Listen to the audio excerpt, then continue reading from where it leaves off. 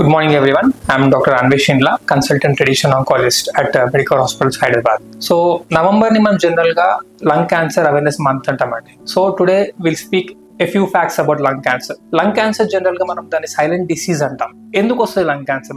మనందరికీ తెలిసిన రీజన్ ఏంటంటే స్మోకింగ్ వల్ల వస్తుంది అనుకుంటాం. So they are other different causes why lung cancer affects people. అది స్మోకింగ్ కావచ్చు, ప్యాసివ్ స్మోకింగ్ అంటే పక్క ఎవరైనా స్మోకింగ్ చేస్తున్నప్పుడు ఆ పొగని మనం తీసుకోవడం కావచ్చు, and other factors like pollution కావచ్చు, టాక్సిక్ గ్యాసెస్ ఉండొచ్చు, రెడాన్ గ్యాస్ కావచ్చు, అట్లాంటి పెస్టిసైడ్స్ కావచ్చు, అది ఇన్హేల్ చేయడం వల్ల, కొన్ని కెమికల్ ఇండస్ట్రీస్ కావచ్చు, ఇట్లాంటి వాటి ఎక్స్పోజర్ వల్ల లంగ్ క్యాన్సర్ వచ్చే ఛాన్సెస్ ఉంటాయి. సో చాలా మంది అడిగే క్వశ్చన్ ఏంటంటే, సార్ నాకు తెలియట్లేదు, స్టేజ్ 3 వరకు నాకు లంగ్ క్యాన్సర్ తెలియదు, ఇనిషియల్ స్టేజ్ లో ఎట్లా కనుక్కోవాలి లంగ్ క్యాన్సర్ అనే క్వశ్చన్ చాలా మందిలో ఉంటుందండి. బట్ నిజంగానే చాలా మంది పేషెంట్స్ స్టేజ్ 3లో బయటపడుతూ ఉంటారు, ఎందుకంటే వాళ్ళకు initial first and second stage లో వాళ్ళకు సిమ్టమ్స్ తెలియవు. సో ఎట్లాంటి సిమ్టమ్స్ గమనించుకోవాలి, మనం ఎట్లాంటి పరిస్థితుల్లో అప్రమత్తంగా ఉండాలి అని అనుకుంటే, ఒకటి ఫస్ట్ థింగ్, పర్సిస్టెంట్ కఫ్ ఉన్నప్పుడు, అంటే తరచుగా దగ్గు ఉండి మందులతో తగ్గలేకపోవడం అట్లాంటి వాళ్ళలో, అండ్ చెమటలో రక్తం పడడం కానీ ఇట్లాంటి పరిస్థితులు ఉన్నప్పుడు కావచ్చు, లేకపోతే కొంచెం నడవగానే బాగా ఆయాసం వస్తుంది, ఛాతీలో నొప్పి ఉంది, బరువు తరచుగా తగ్గిపోతున్నాను, ఇట్లాంటి సిమ్టమ్స్ ఎట్లా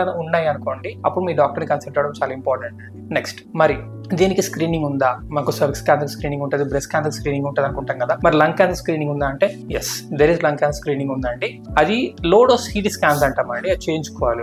అరౌండ్ 50 to 80 years వాళ్ళు ఉన్న వాళ్ళలో బెటర్ చేయించుకుంటే చాలా ఇంపార్టెంట్ వాళ్ళకి, ఎందుకంటే వాళ్ళు చాలా లైఫ్ చూసి ఉంటారు, వాళ్ళ లైఫ్ లో చాలా మంది చాలా కెమికల్స్ ఎక్స్పోజ్ అయి ఉంటారు, కాబట్టి అట్లాంటి వాళ్ళలో ఈ low dose CT scans help చేస్తుంటాయి. ఎందుకు అంటే అట్లాంటి పేషెంట్స్ లో ఎటువంటి చిన్న క్యాన్సర్ లక్షణాలు ఉన్నా కానీ బయటపడే ఛాన్సెస్, లంగ్ క్యాన్సర్ చిన్న సిమ్టమ్స్ బయటపడే ఛాన్సెస్ ఉంటాయి అనమాట. చిన్న గడ్డ ఉన్న తెలిసిపోతుంది వాటిలో.